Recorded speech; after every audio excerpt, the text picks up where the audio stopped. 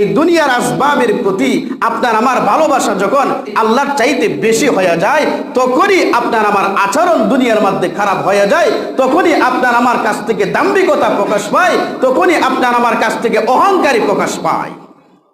এজন্য দুনিয়ার মহাব্বত ছাড়তে হবে, আখেরাতের মহাব্বত দিলে ফিট করতে হবে। ইনশাল্লাহ বলেন, আরো জোরে বলেন ইনশাল্লাহ। দুনিয়ার মহাব্বত ছেড়ে দেব, আখেরাতের মহাব্বত দিলে ফিট করব। দুনিয়ার মহাব্বতে দুনিয়ার মধ্যে দাঙ্গামা হাঙ্গামা বাজায়, আর আখেরাতের মহাব্বতে আল্লাহ পাকের জান্নাত বাজাই করে। সুবহানাল্লাহ। দেখছেন, কারণ দুনিয়ার মহাব্বতে আল্লাহ পাকের রাগ অনুষ্ঠিত হয়, আর আখেরাতের মহাব্বতে আল্লাহর খুশি প্রকাশ পায়। দুনিয়াকে যতই আপনি প্রাণ দিয়ে মহাব্বত করেন, ভালোবাসেন, ততই আল্লাহর রাগ প্রকাশ পাইবে। আর আখিরাতকে যত মনে প্রাণে আপনি বিশ্বাস করে ভালোবাসি নেক আমল করবেন, তত আল্লাহ